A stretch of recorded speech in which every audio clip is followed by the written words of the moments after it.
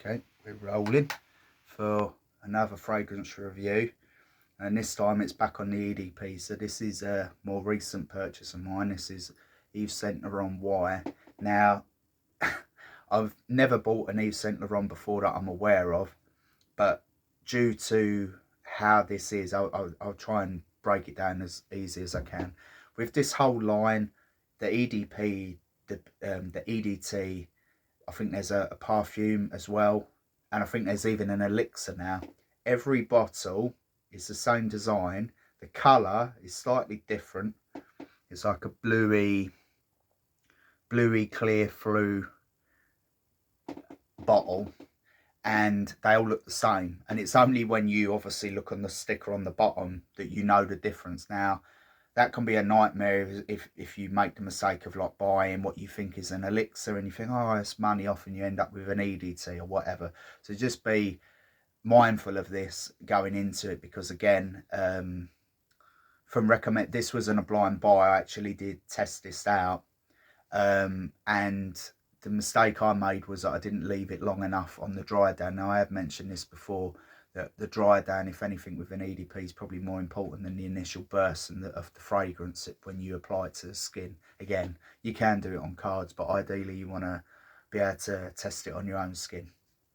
So without further ado, we'll go over the notes of this. So this is Y EDP by Yves Saint Laurent. And then, as I said, there's an elixir and EDT, which actually got slightly different ingredients and obviously different projection, different intensity of smell, how it is on the skin and so on. So we'll go over the notes of this one.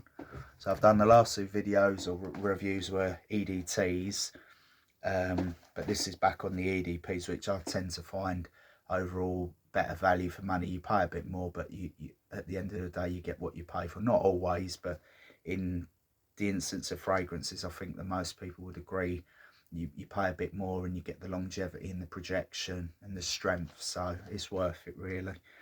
So the price for this varies from £70 to £100 for a 60 to 100 ml. Now, as far as I'm aware, I think this is the 100 ml, so I paid close to £100. I got a saving in Boots at the time. There was off the whole Y line, I actually smelled the EDT as well. I didn't have the elixir there. That might have been interesting, or more interesting for me to smell, because I have smelled some of the elixirs, the Jean Paul Gaultier, the Hugo Boss one. I've not done the Dior Sauvage. That's meant to be ridiculously strong, so strong that you have to even be careful how much you put on. But anyway, so let's read the notes. With both light and dark force facets, facets. I've mentioned this before, and it's dark in my room. I have ridiculously small robot writing, so sometimes I read my own writing and I struggle to read it. But as you can see, it's neat as, and the teachers even used to say, like, yeah, so without blowing my own trumpet, it's like a sign of intelligence, Liam, but maybe make the writing bigger. But obviously when you fall into the trap of writing the same for so many years, it's hard to get out of that. And even as I got older, I try and write bigger, but I just can't do it. So here we are, not being able to read my own writing. Anyway, so Y EDP blends sophistication, sensuality and strength.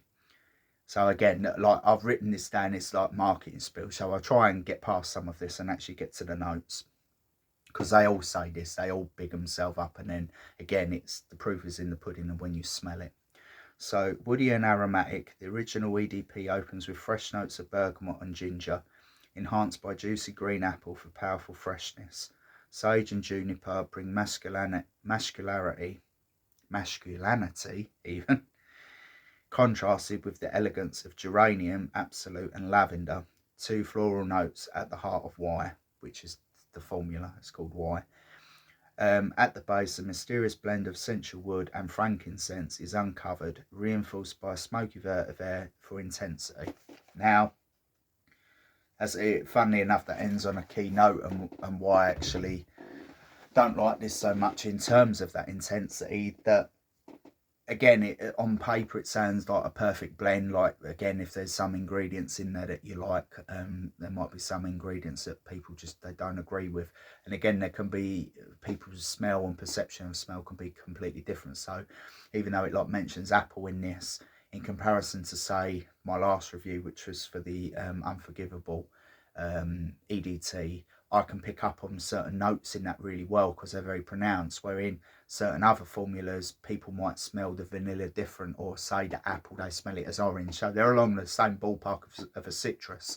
Or say with like certain woods, you know, someone might say, oh, it smells of oak, and then someone's like, no, that's the Australian sandalwood, or whatever. It doesn't really matter. But the point is that when I smelt this on the card and then on the skin, as I go back to, the initial smell was like, I'm going to purchase this. So I'm not going to say it's a schoolboy error because I left it a while, but not long enough.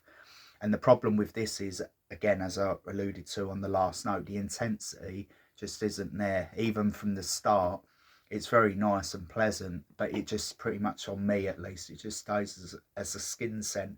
And obviously this was almost £100. So generally speaking, in my experience, and I think most people agree, the more money you're spending, obviously it's not just that you want something to smell nice, because a lot of these fragrances do, but you want it to be able to perform on the skin.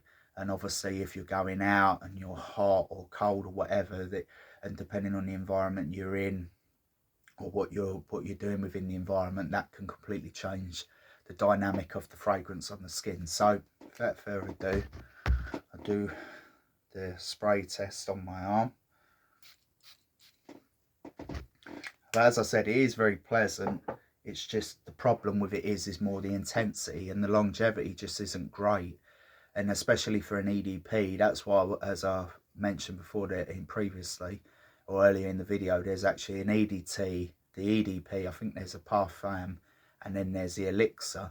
And they didn't have the Elixir there at the time, but even that, it would be interesting to see if that has so much more of the projection and the performance that I was expecting off this EDP. As I said, I've never purchased an Yves Saint Laurent perfume before. Obviously French perfumery or certain houses like Armani, they have that signature smell in all of their line, and Tom Ford is the same with a lot of his. So the bigger houses, they tend to gravitate towards a formula that's successful.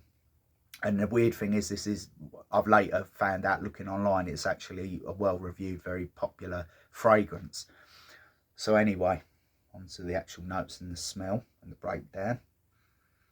So yeah, it's very fresh, and it's kind of like, again, how it describes it is woody, but at the same time it's got that citrus element in there. And it's almost like, I don't want to say ozonic, I know I'm just using describing words, but it's very like nature, and it feels like you're outdoors, maybe like for a sport or gym or something like that. I get that kind of vibe with it.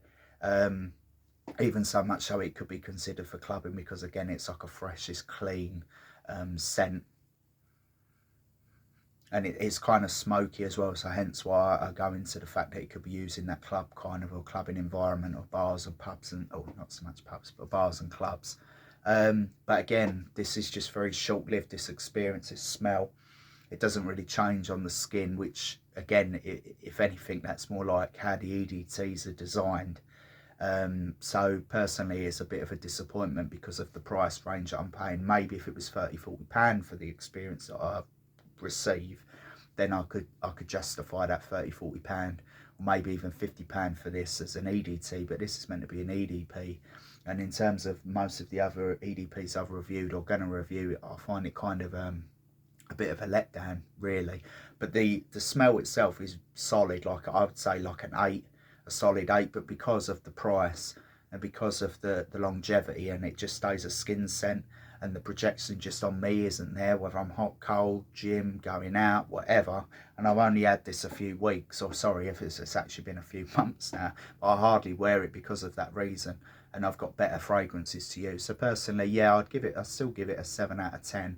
I'm not going to be harsh and lower that. Obviously there will be fragrances that are, you know, I'm trying to pick out some of the better ones at the moment, some that are a little bit different and then have a different smell profile. But personally speaking, yeah, 7/10. again, if you saw it on offer for like say 50 quid or maybe even 60, maybe consider it. But I just think that even though it's pleasant, there's better options out there, better, more powerful smells, that whether you pay a little bit less or not, I just can't really recommend it. It's a decent smell, it's wearable, you can wear it in different environments, but in terms of longevity, we're talking like, Jesus, I've not even timed it. It's been that, well, I have timed it, but like I feel, unlike the others where I can give a clear cut kind of answer, like 4 hours, 6 hours, 8 hours, this has just been kind of disappointing, almost so that like after 2 hours, it's just, even then I'm like, I really have to try, you know, to get in there. Even now, get in there and really appreciate it. Not that it's a horrible smell, don't get me wrong, it feels like there's something in the formula missing, something that maybe the musk choice or something that needed to be in there to elevate it and bring it, give it a bit more projection, and then more people could enjoy it. Obviously on yourself, yeah, it's pleasant, but it just almost fades to nothing. And obviously, again, going back over the price, I think that's what kind of is the nail in the coffin. If it had the projection and longevity, I would give it an 8, but because it's lacking that, I'll give it a 7, because it's still very nice, it's still a good brand. It's an EDP, but it performs well like an EDT, and then for that reason, yeah, I don't do half marks. If I was to give it a half mark, I'd probably give it a 6.5, but we'll round it up to make it easier and more consistent with the other reviews. But yeah, 7 out of 10. If you can get it on offer, do so. If not, don't bother and go with something, you know, a bit more substantial, a bit more powerful, projecting and worth more of your money, you know. And we'll end it there.